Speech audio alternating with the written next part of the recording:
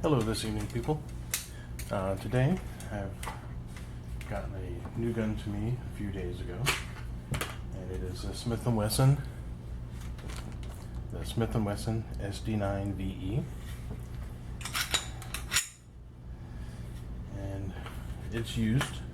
And of course, with it being used, it came with a few things extra that the normal one doesn't come with.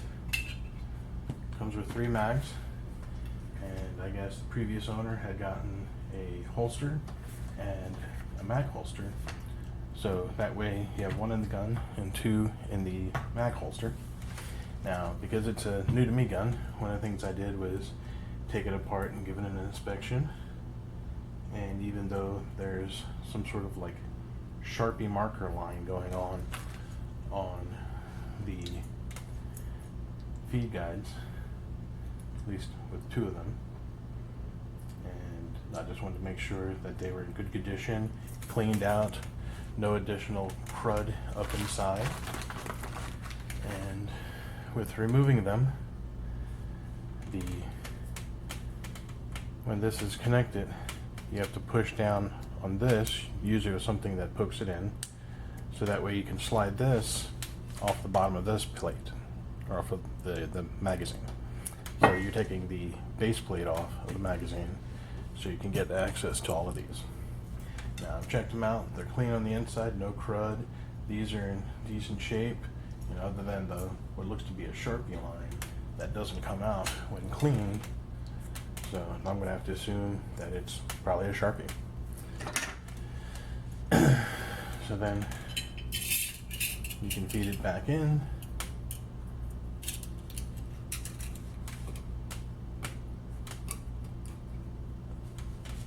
Hope you can see all of this. And there's a lip on the bottom of the plate, which I'll show you in one of the magazines in a moment. So again, that's there, and this is the feed. So if you're able to see, there's a lip that sticks out, and this here slides around it to lock it in.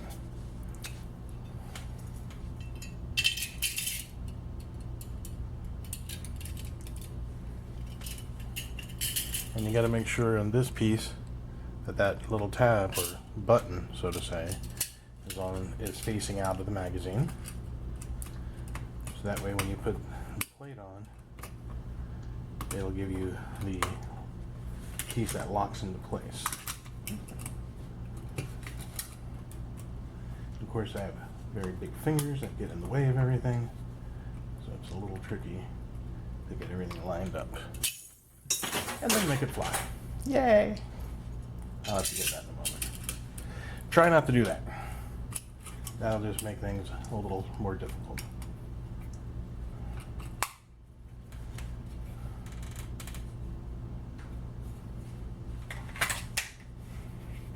You want to make sure that obviously they go in well and they drop clear, and that nothing pops loose. So in a little bit I'm going to have to go get that. Now, because it's a striker fire, before you can pull down and pull this off, you do have to discharge it, bring it back a little bit, pretty much like a lot of the Glocks.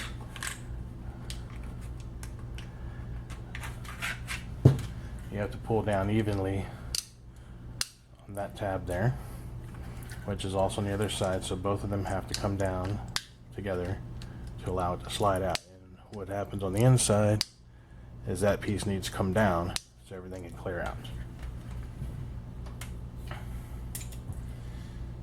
Of course, the recoil spring looks like it's a polymer core with a spring around it.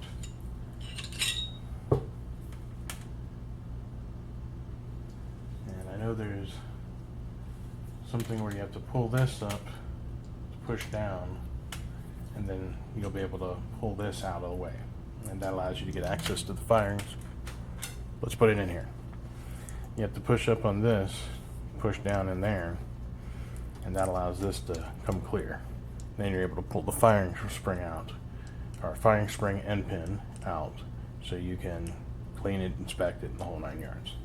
It's one thing I'm not going to do in the video because I've never done it, so I'm just going to have to research some more on that And if I'm correct, if I'm seeing this, this has a pin, which I'm guessing holds this in place. I know, like on some of the Rugers and several other guns, you could just simply pull this forward, but I don't think this one does. I think I have to find some more on that. And of course, they're supposed to have glow-in-the-dark sights, but they don't glow. I know because I've tried it, they don't glow. So this gun's old enough that that paint is just gone. And it's just dark. So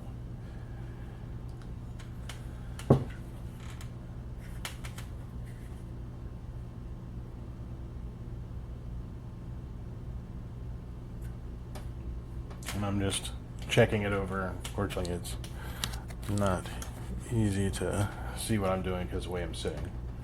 But I'm just inspecting everything since there's obviously a frame in here into this thing, which I think there's a pin here and a pin here that will have to come out so you can pull that entire rail out of there in case they ever have a upgrade in the future or something like that. So what I'm going to do is I'm going to give it a simple cleaning tonight just to make sure everything's hunky-dory. And this one here is a full-size 9mm, and I have another 9mm, but it's a compact.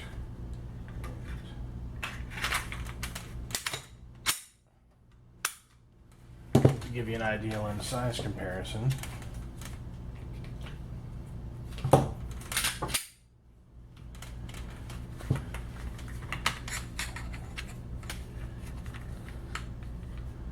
a full size is about, I'm guessing, 3/4 to an inch. Actually, if you consider the barrel, I'd probably say a full inch longer, and about a half an inch longer in the back. The grips are about the same size, but obviously this one only comes down so far. So with me, that pinky never touches the mag. But with this one here, even with my big meaty hands, it's all on there. And especially with the magazine there, you know, I got something to hold. Obviously, this is I think it's a 4.6 inch barrel. Could be wrong on that, but I think that's what it's rated as. So it's a little bit heavier, bigger gun to handle and shoot. So compared to my Taurus.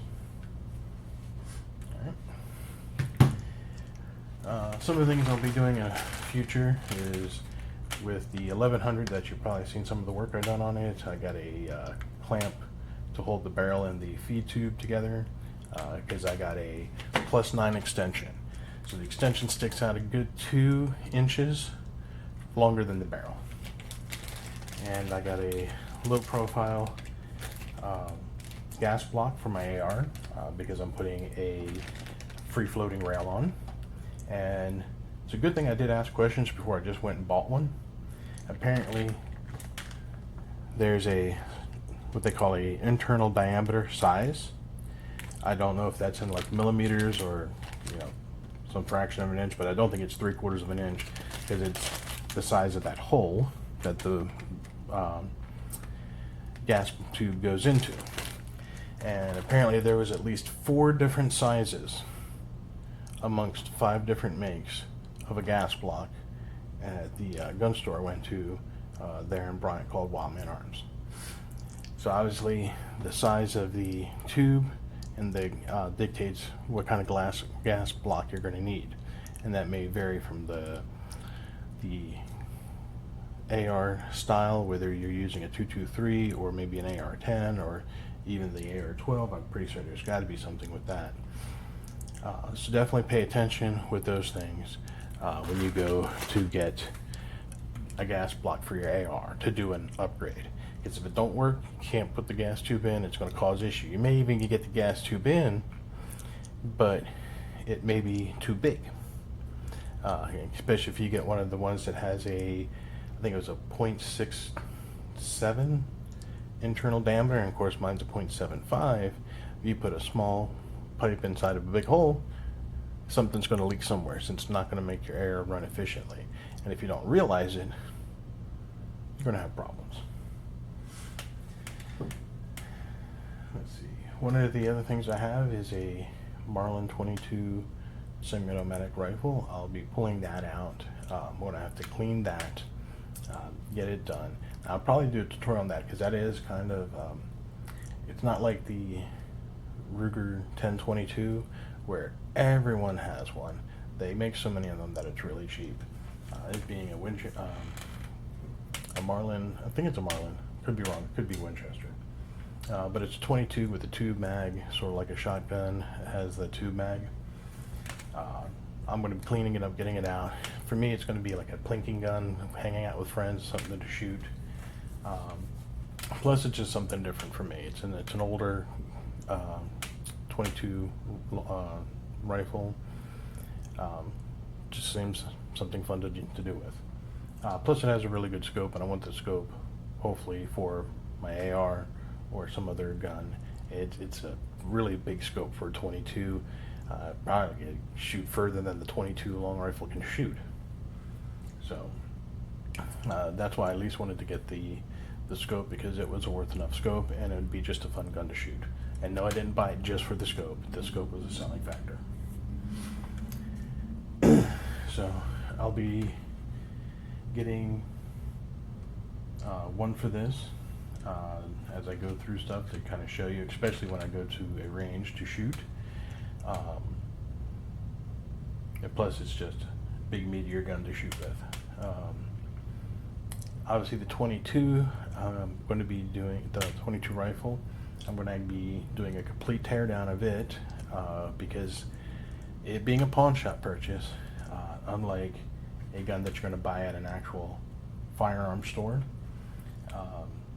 and it's a pawn shop I go to. In fact, I got several of my guns and rifles, even including my AR, from, and that's Bow Weevil in Benton. They tend to have a really good selection of stuff, and they're really good people.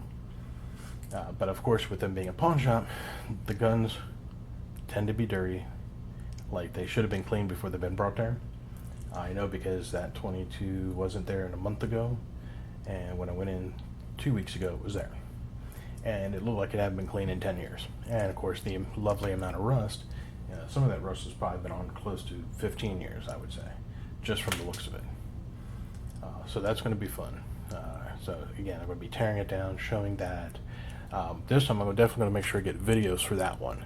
Unlike my shotgun, which I thought I would, but getting used to the camera, the stand, and everything, a lot of things move too fast for me to, from the time I hit play to the time I had to go and walk off. You would have had like 20 minutes of me not being there, with only about 15 minutes of footage tops.